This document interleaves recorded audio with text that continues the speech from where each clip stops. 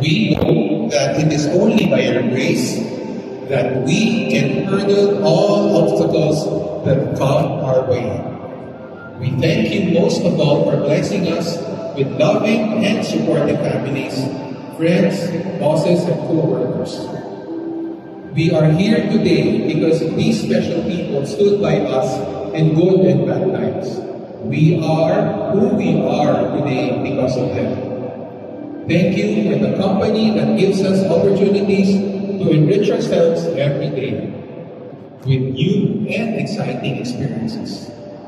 May each one of us continue to find meaning and fulfillment in our life and profession.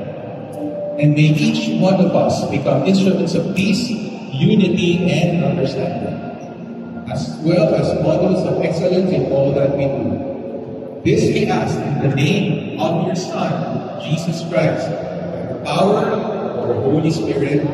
Amen. In the name of the Father, and the Son, and the Holy Spirit. Thank you very much, Sir Greg.